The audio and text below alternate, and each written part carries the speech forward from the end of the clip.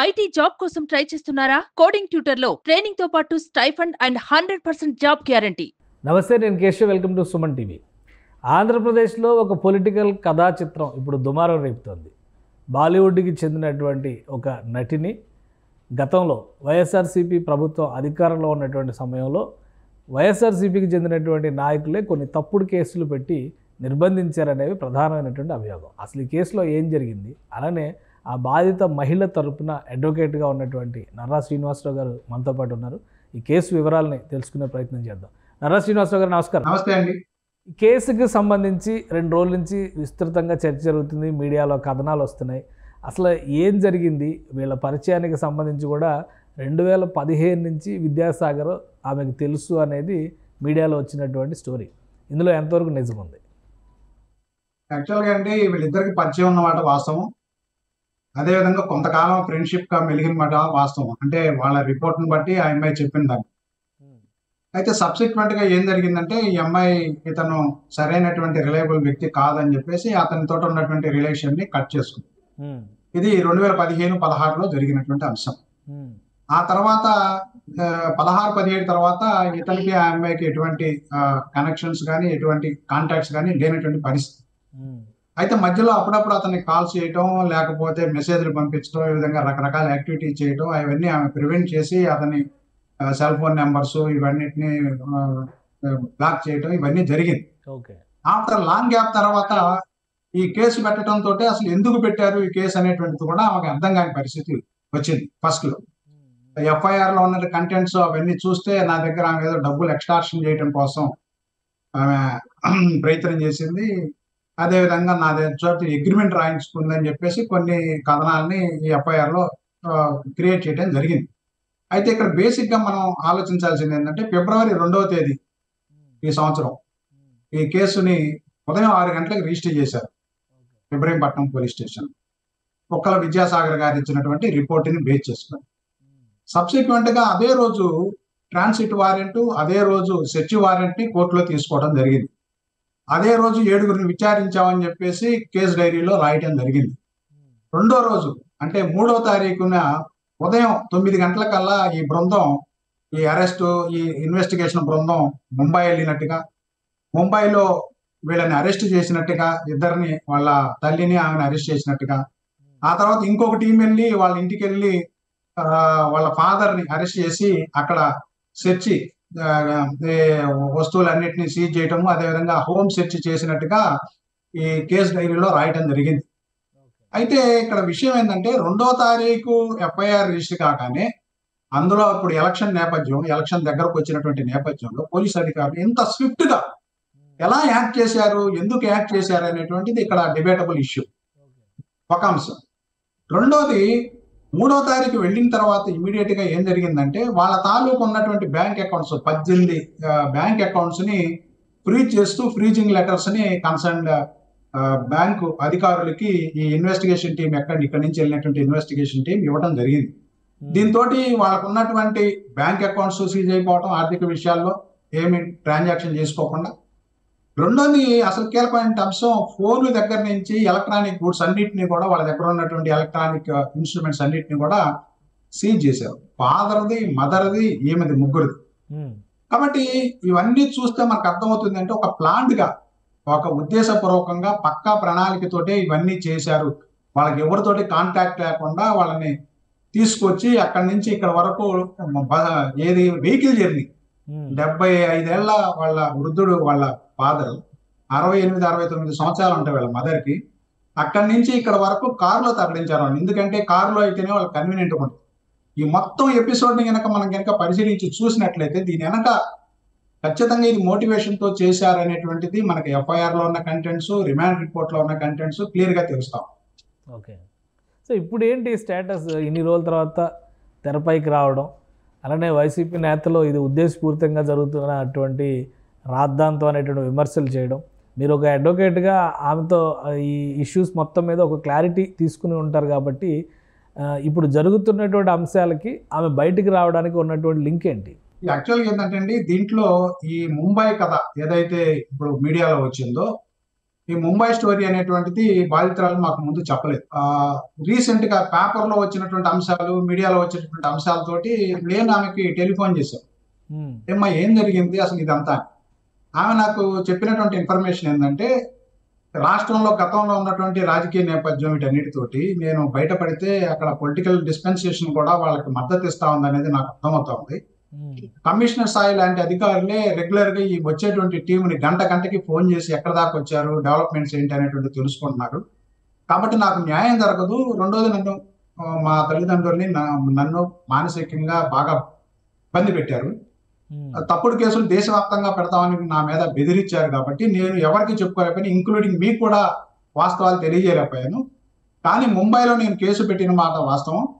ఆ కేసులకు సంబంధించినటువంటి అంశంలో ఆ కేసుని విత్డ్రా చేసుకోవడం కోసం నా మీద ఒత్తిడి తీసుకొచ్చారు. నేను లేకుండా నా పరోక్షంలో ముంబై పోలీసులు ఆ కేసుని క్లోజ్ చేయడం జరిగింది. ఈ 40 రోజులు ఇక్కడ ఉన్న నేపథ్యంలో ముంబై పోలీసులు మా ఇంటికి వచ్చి నేను లేనని తెలుసుకొని క్లోజర్ రిపోర్ట్ అనేటువంటిది ముంబై పోలీసులు ఫైల్ చేశారు ఆ కేసులో, జిందాల్ మీద పెట్టినటువంటి కేసులో. కాబట్టి ముంబై పోలీసులు, ఆంధ్ర పోలీసులు కలిసే వాళ్ళకి తెలిసి ఈ అన్ని అంశాలు తెలిసి ఈ విధంగా జరిగింది. అందువల్ల భయభ్రాంతులకు గురైనటువంటి ఈ అంశాన్ని నేను ఎవరికి చెప్పలేకపోయాను. కారణం ఏంటంటే నాకు ప్రాణభయం ఉంది, నా తల్లిదండ్రులకు కూడా ప్రాణభయం ఉంది, ఇంక్లూడింగ్ లాయర్ గా మీకు కూడా చెప్పలేకపోయానని చెప్తావు. అసలు మీకు ఎప్పుడు అప్రోచ్ అయ్యారు? కేసు అంటే ఫిబ్రవరిలో అరెస్ట్ సమయం నుంచి మీరు ఈ కేసు ఫాలో అప్ చేస్తున్నారా లేదా మధ్యలో వచ్చారా? యాక్చువల్గా ఏమైందంటే, బెయిల్ ఎవరైతే ఈ పోలీసు వాళ్ళు లేకపోతే ఈ ఫిర్యాదుదారులు ఉన్నారో వాళ్ళే లాయర్ని ఎంగేజ్ చేయడమో ఏదో జరిగింది గతంలో. బెయిల్ 20 రోజుల పాటు బెయిల్ అప్లికేషన్ మూవ్ చేయలేదు కోర్టులో. వాళ్ళు 3వ తారీఖు అరెస్ట్ అయితే 6వ తారీఖు రిమాండ్ ఇక్కడికి తీసుకురావడం జరిగింది. ఏది మన విజయవాడ కోర్టులో, 4th additional magistrate court, metropolitan magistrate court. ఆ రోజు రిమాండ్ అయిన తర్వాత వాళ్ళ ఫస్ట్ బెయిల్ అప్లికేషన్ మూవ్ చేసింది 26/2/2024. అంటే దగ్గరగా 20 రోజుల తర్వాత బెయిల్ అప్లికేషన్ మూవ్ చేశారు. అప్పటి వరకు 20 రోజులు ఎక్కడ ఉన్నట్టు? యాక్చువల్గా రిమాండ్ విధించింది కోర్టు, రిమాండ్ లోనే ఉన్నారు, సబ్ జైల్లో ఉన్నారు వాళ్ళు, జైల్లో, విజయవాడ జైల్లో ఉన్నారు. అయితే జైల్లో ఉండగా వాళ్ళని ఎవరిని కాంటాక్ట్ చేయకపోవడంతో, ఫోన్ కాంటాక్ట్స్ కానీ ఆర్థికపరమైన అంశాలు కానీ చేయకపోవడంతో వాళ్ళు హ్యాప్లెస్ కండిషన్ లో ఉన్నారు ఆ సందర్భం. వాళ్ళు నాకు ఇన్ఫర్మేషన్ ఇచ్చింది ఏంటంటే బెయిల్ కూడా వాళ్ళే అరేంజ్ చేశారు అని చెప్పేసి. అంటే 20 రోజుల తర్వాత అరేంజ్ చేస్తే 12/3/2024 బెయిల్ వచ్చింది. 26/2/2024 బెయిల్ వాళ్ళు అప్లికేషన్ ఫైల్ చేస్తే కోర్టులో 12/3/2024 బెయిల్ గ్రాంట్ అయింది. సో అంటే దాదాపు 40 రోజులు జైల్లోనే ఉన్నాడు. 40 రోజులు జైల్లోనే ఉన్నారు తల్లిదండ్రులు, ఈమె ముగ్గురు 40 రోజులు జైల్లోనే ఉన్నారు. అయితే అక్కడ ట్విస్ట్ ఏంటంటే, ఇచ్చినటువంటి బెయిల్ కూడా కండిషన్ బెయిల్. ఏం కండిషన్ ఇచ్చారు? వీళ్ళు ఇబ్రహీంపట్నం జ్యూరిడిక్షన్ వదిలి, కోర్టు జ్యూరిడిక్షన్ వదిలి వెళ్ళడానికి వీలు లేదనేది మొట్టమొదటి కండిషన్. రెండో కండిషన్ ఏంటంటే, వీళ్ళు ప్రతి శనివారం కానీ ఆదివారం కానీ ఇబ్రహీంపట్నం పోలీస్ స్టేషన్కి వెళ్ళి సంతకాలు చేయాలి వారానికి ఒకసారి అనేటువంటి బెయిల్ కండిషన్ ఇచ్చారు.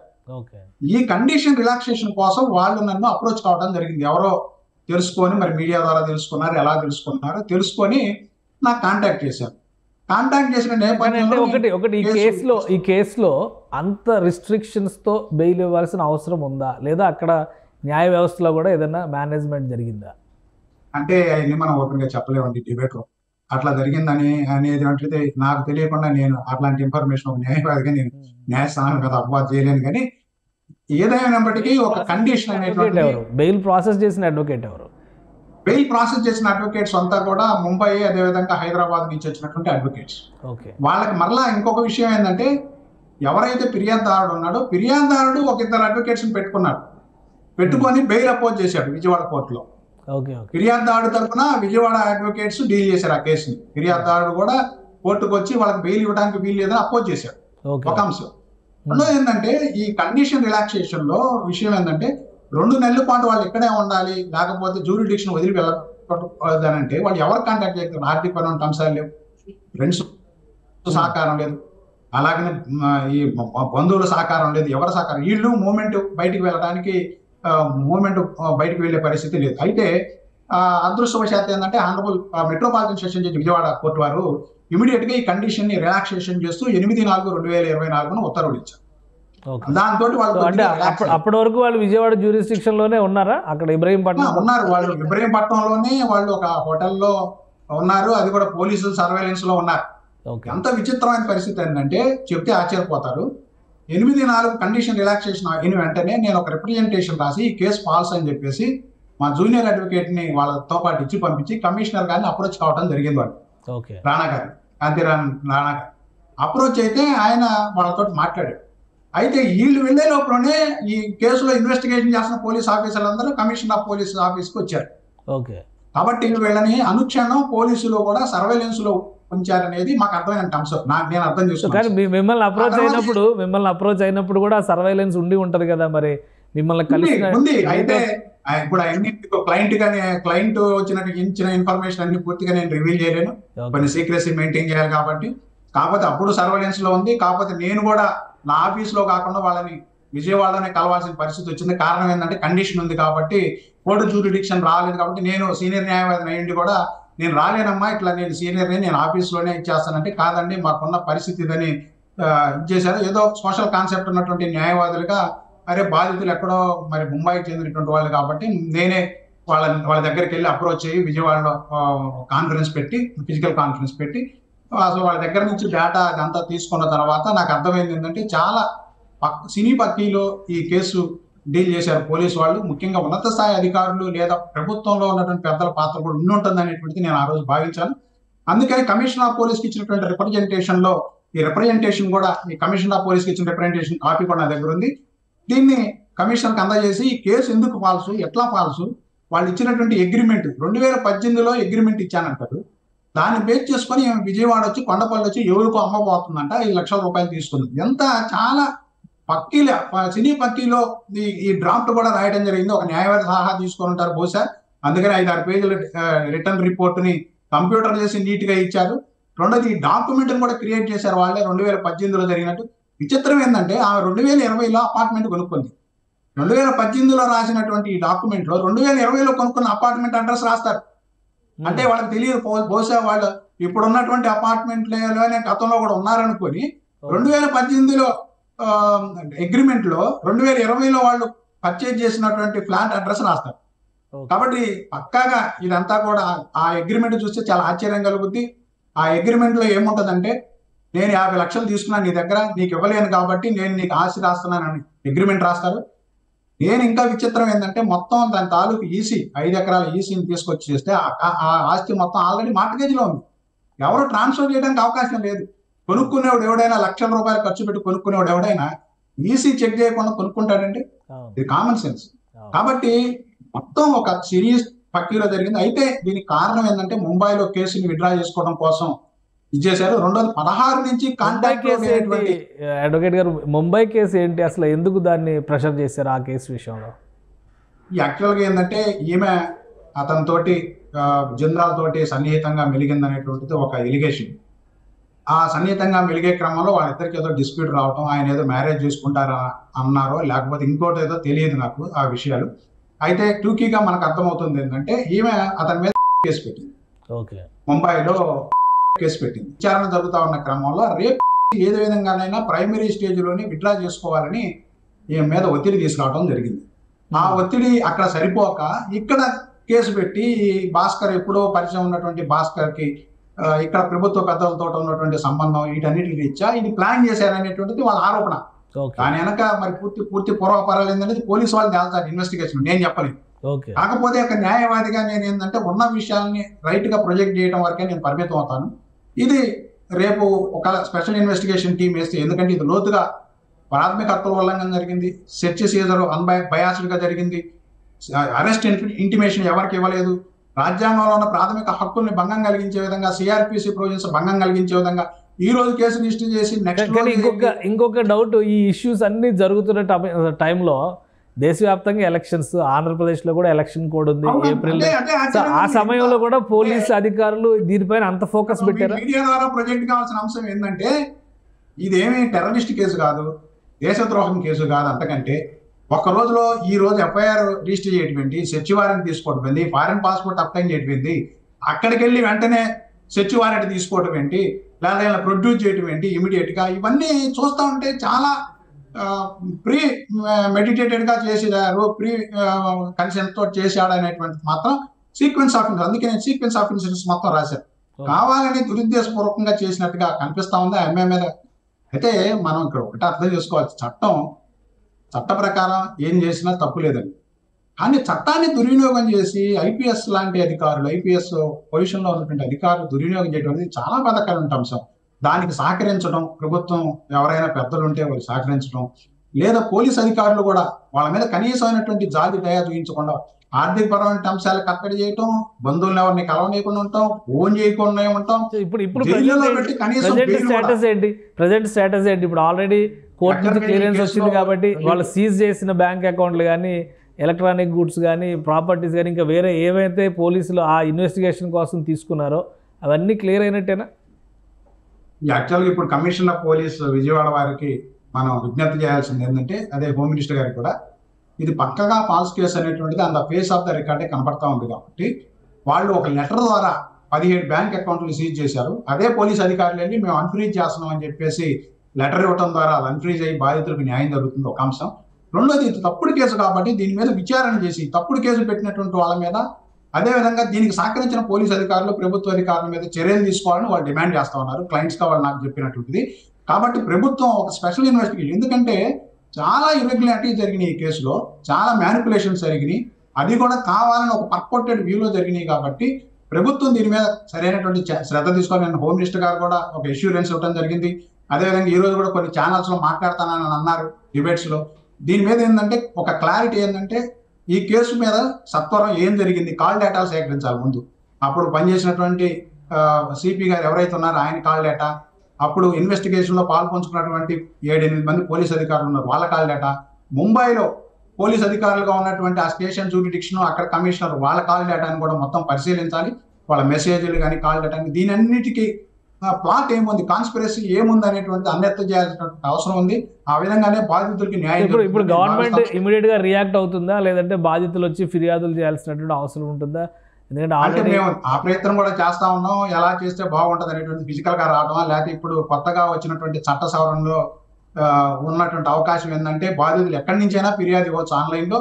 అలాంటి రికోర్స్ ఉపయోగించుకోవడం, లేదంటే ఒకవేళ ఈ ప్రభుత్వం కనుక ఇక్కడ ఉన్న ప్రభుత్వం ఆమెకి అష్యూరెన్స్ చేయగలిగితే ప్రొటెక్షన్, ఎందుకంటే వాళ్ళకి సెక్యూరిటీ థ్రెట్ అనేటువంటిది ఉంది. ఇప్పుడు ఫోన్లు మాట్లాడాలన్నా వాళ్ళు ఎక్కడ ఉంటారనేటువంటి కూడా ట్రేస్ అవుతుంది. కాబట్టి అందులో పెద్ద స్థాయి వ్యక్తులు ఇన్వాల్వ్ అయినారు. కాబట్టి మరి రాష్ట్ర ప్రభుత్వం ఇచ్చేటువంటి భరోసా మీద నేను వాళ్ళకి అడ్వైజ్ చేయడం జరుగుతుంది. వాళ్ళని ఇక్కడికి తీసుకురావడమా, లేదా అక్కడి నుంచి ఆన్లైన్ లో కంప్లైంట్ ఇప్పించి దీని మీద విచారణ. మనం కోరుకుంటుంది ఏంటంటే, ఒకటి, పూర్తిగా ఆరోపణలు మనం చేయకూడదు ఎవరి మీద. మేము న్యాయవాదులుగా మేము కోరుకునేది ఏంటంటే, దీని సంగతి ఏంటి, అసలు ఈ విషయాలు ఏంటి, ఈ ఫ్యాబ్రికేషన్ ఆఫ్ డాక్యుమెంట్స్ ఎలా ఎవాల్యుయేట్ అయినాయి, దీనికి ఎవరెవరు సహకరించారు, ఇంత స్విఫ్ట్ గా ఎలా యాక్ట్ చేయగలిగారు. పెద్ద పెద్ద కేసుల్లోనే స్విఫ్ట్ గా యాక్ట్ చేయనటువంటి పోలీసులు ఎన్నికల టైంలో కూడా అంత బిజీ షెడ్యూల్లో కూడా ఎలా చేయగలిగారు అనేటువంటిది, దీని వెనుక ఏదో మంత్రాంగం ఉందనేటువంటిది మనకు అర్థమవుతోంది. కాబట్టి క్వాష్ పిటిషన్స్ అయితే హైకోర్టులో పెండింగ్ ఉన్నాయి. ముగ్గురు వాళ్ళ ఫ్యామిలీ మెంబర్స్ అందరి తరపున నేనే క్వాష్ పిటిషన్స్. అదేవిధంగా డాక్యుమెంట్స్ ఏవైతే వాళ్ళ దగ్గర సీజ్ చేశారో, డివైసెస్, ఫోన్స్, అదేవిధంగా బ్యాంక్ అకౌంట్స్, వాటికి కూడా రిటర్న్ ఆఫ్ ప్రాపర్టీ కింద కోర్టులో పిటిషన్స్ పెండింగ్ ఉన్నాయి. అయితే ఇప్పుడు ఫాల్స్ అని అప్పరెంట్ గా కనబడతా ఉంది కాబట్టి అనేక మీడియా కథనాలు కూడా వస్తున్నాయి. కాబట్టి బాధితులు కూడా ఈ రోజు ముందుకు వచ్చారు. ఎందుకంటే ఇక్కడ గతంలో ఫిర్యాదు చేయడానికి కూడా వాళ్ళు కనీసం లాయర్గా చేయడానికి కూడా ముందుకు రానిటువంటి నేపథ్యం మనం చూసాం. కాబట్టి ఇప్పుడు వాళ్ళకి కొద్దిగా స్వంతన ఉంది. కాబట్టి మన రాష్ట్ర ప్రభుత్వం కనుక విధమైనటువంటి ఇన్సూరెన్స్ కనుక బాధితురాలకు ఇవ్వగలిగితే ఖచ్చితంగా ఈ కేసులో అసలు వివరాలు బయటకు లీగల్ ప్రాసెస్ పెండింగ్ లో ఉందంటారు. లీగల్ ప్రాసెస్ పెండింగ్ లో ఉండగా గవర్నమెంట్ కానీ ఇన్వెస్టిగేషన్ ఆఫీసర్స్ కానీ ఇన్వాల్వ్ అవ్వచ్చా చట్ట ప్రకారం? ఖచ్చితంగా ఇన్వాల్వ్ కావచ్చు. ఎందుకంటే దీని అసలు ఏం జరిగింది అనేటువంటిది ముందు విచారణ చేయొచ్చు. ఇది నిజమా అబద్ధం. ఇప్పుడు సిపి లాంటి వ్యక్తులే ఇన్వాల్వ్ అయ్యి ఐపీఎస్ దీంట్లో ఇన్వాల్వ్ అయ్యి చేశారని చెప్తా ఉన్నారు. అవి మనం తేల్చే కాదు కదా. చట్ట ప్రకారం కాల్ డేటాలు తీసుకొని నిజం ఏం జరిగింది అనేటువంటిది, అగ్రిమెంట్స్ ఏం జరిగింది, ఎవరో ఒక డెలిబరేషన్ జరిగింది, ఇవన్నిటిని కూడా బయటికి తీసుకొస్తే ఖచ్చితంగా వెలుగులోకి వచ్చిన తర్వాత ఇది ఫాల్స్ కేసు అని కనుక తేలితే ఖచ్చితంగా ప్రభుత్వ బాధ్యత. విడ్రాయల్ ఆఫ్ ప్రాసిక్యూషన్ అనే ఒక రోజున ఉంటుంది. దాని కింద ఒకవేళ prosecution ఫాల్స్ కేసు చేయాలి. అనేటువంటి దానికి ఆధారాలు దొరికితే విద్యాసాగర్ పైన కానీ సంబంధిత వ్యక్తుల అందరి పైన మీద కానీ ఎలాంటి చర్యలు ఖచ్చితంగా తీసుకోవాలి? అందరి మీద ఎవరైతే దీనికి బాధ్యులు ఈ ఫాల్స్ కేసు వాళ్ళందరి మీద చర్యలు తీసుకోవాల్సిన అవసరం ఉంటది. చట్టం ఎవరికైనా చుట్టం కాదండి, చట్టం ఎవరికైనా సమానం. మీరైనా నేనైనా ఏ స్థాయి అధికారికైనా అందరికీ సమానం. కాబట్టి నిజంగా ఇది ఫాల్స్ కేసు అని కనుక తేలితే ఖచ్చితంగా దీనికి సంబంధించినటువంటి అధికారులు కానీ ఎవరైతే ఫిర్యాదుదారులు దీన్ని సహకరించినటువంటి వాళ్ళు ఎవరైతే ఉన్నారో వాళ్ళందరూ కూడా they will put behind bar. Right, thank you Srinivas గారు, మీరు అప్డేట్స్ ఇచ్చినందుకు.